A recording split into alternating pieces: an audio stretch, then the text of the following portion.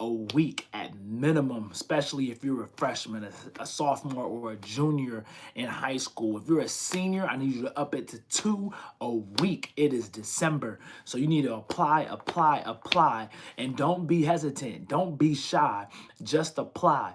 The part that most people don't do when it comes to scholarships is actually applying.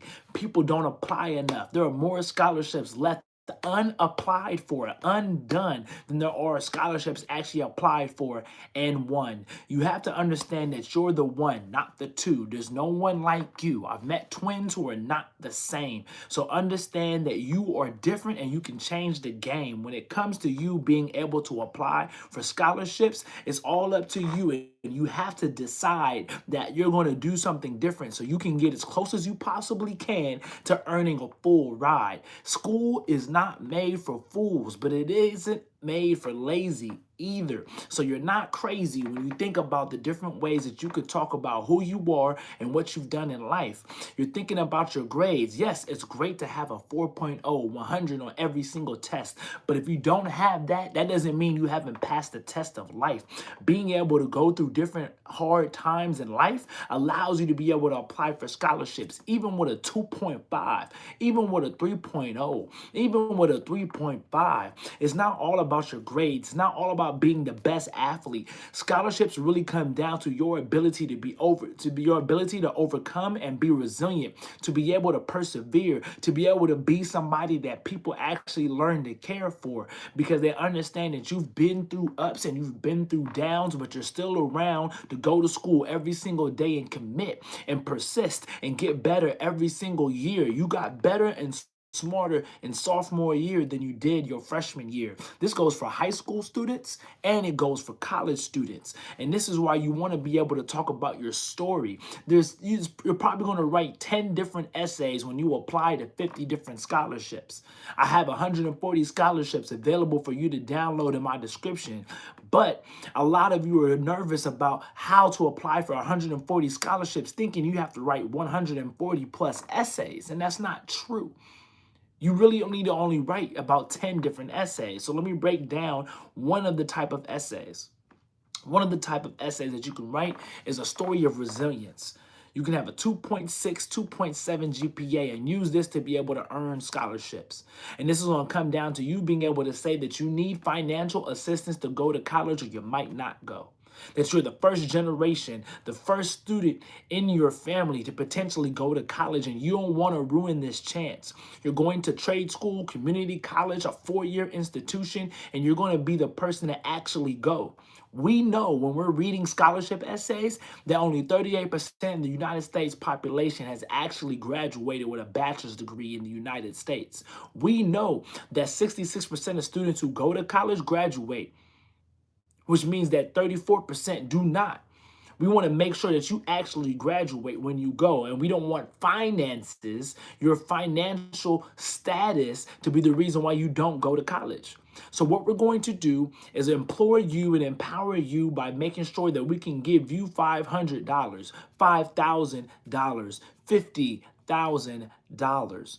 AKAs, the Alpha Kappa Alpha sorority, has their educational advancement fund, has a scholarship, a 2.5 minimum GPA for you to apply. You express financial need and you have to talk about what you've overcome and how you've given back to your community. Your resilience, your perseverance, and your ability to commit to people in your community who are also overcoming and learning to build their own perseverance, their own resilience is how you earn the scholarship, not with a 4.0. If you have a 4.0 and you've never gone outside to help someone else, you're not going to be a great applicant for this scholarship. You might be great for MIT. Congratulations, kudos, you're an absolute genius. But a person who's absolutely smart and can do everything but doesn't give back to your community doesn't have a better application than a person who has good grades and gives back to their community and is a student leader. There's different ways to be able to earn scholarships, so you have to start thinking about how can you actually make yourself look a little bit different in the scholarship process, and that comes down to your resilience, that comes down to your perseverance, that comes down to your ability to write it down in an essay. And your essays don't have to be books. 500 words will do the job.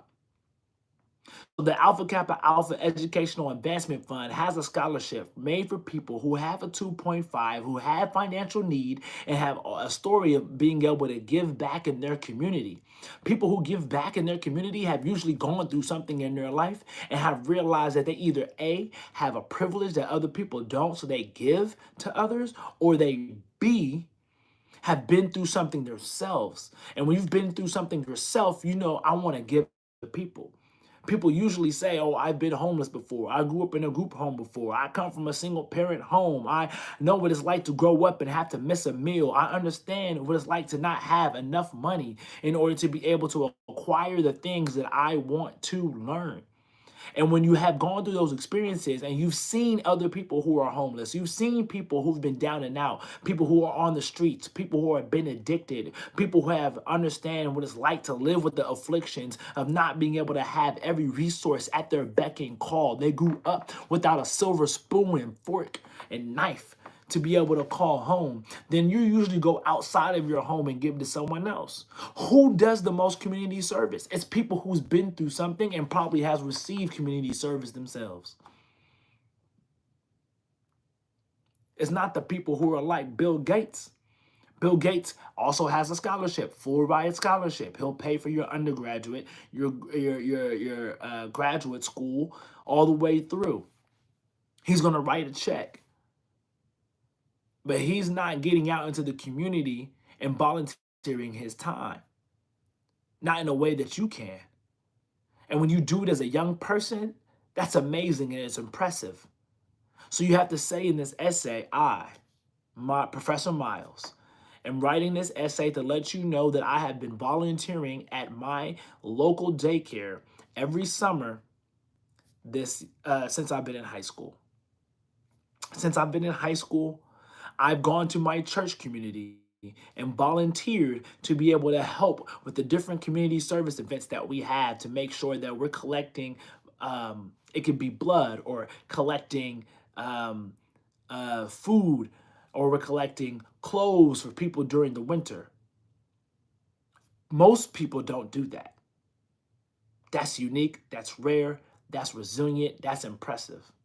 If you're in a community where they promote that and they encourage that, you're in a different type of community. If most of the people around you are doing that, you are in a unique and special and amazing space and place. But the average person, the average community is not doing that.